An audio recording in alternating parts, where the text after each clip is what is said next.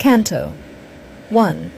Chapter 9 of Srimad Bhagavatam narrates the departure of Bhishma, the great-great-grandfather of the Pandavas and Kauravas. Bhishma was lying on the ground, like a demigod fallen from the sky.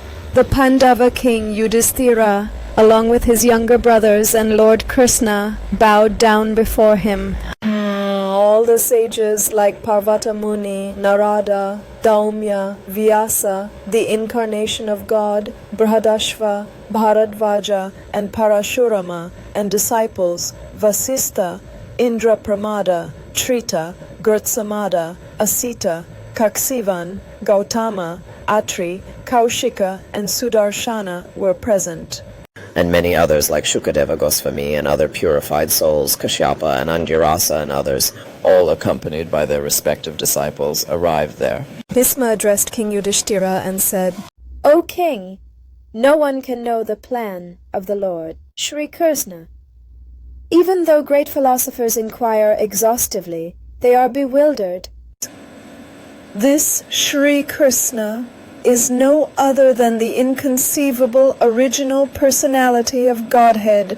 He is the first Narayana, the supreme enjoyer.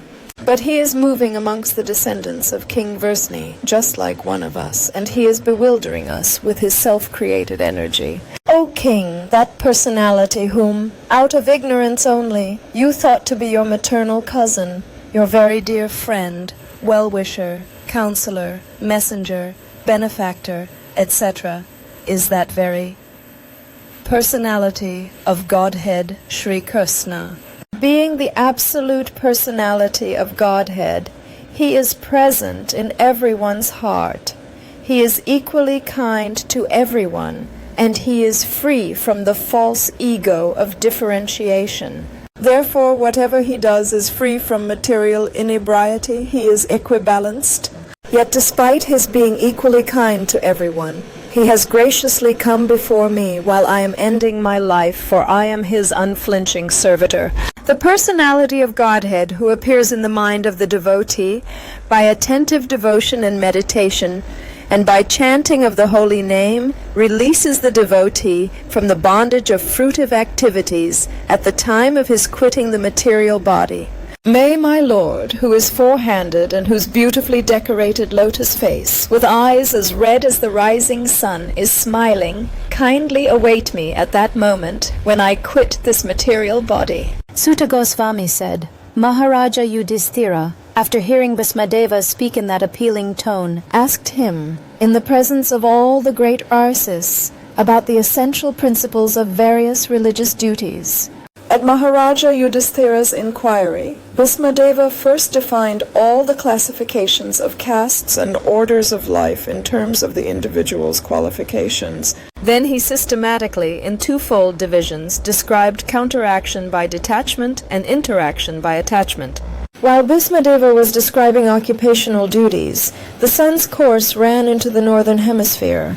This period is desired by mystics who die at their will. After speaking to Maharaja Yudhishthira, Bhishmadev focused his mind on Lord Krishna and his beautiful form. By pure meditation, looking at Lord Śrī Kṛṣṇa, he at once was freed from all material inauspiciousness and was relieved of all bodily pains caused by the arrow wounds. Thus, all the external activities of his senses at once stopped, and he prayed transcendentally to the controller of all living beings while quitting his material body. Bhishmadeva said, "Let me now invest my thinking, feeling, and willing, which were so long engaged in different subjects and occupational duties, in the all-powerful Lord Śrī Kṛṣṇa. At the moment of death, let my ultimate attraction be to Śrī Kṛṣṇa, the personality of Godhead." I concentrate my mind upon the chariot driver of Arjuna, who stood with a whip in his right hand and a bridle rope in his left, who was very careful to give protection to Arjuna's chariot by all means.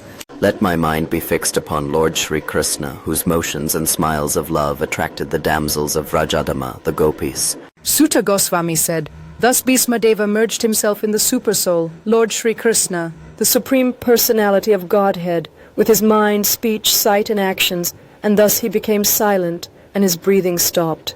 Knowing that Bhishmadeva had merged into the unlimited eternity of the Supreme Absolute, all present there became silent like birds at the end of the day.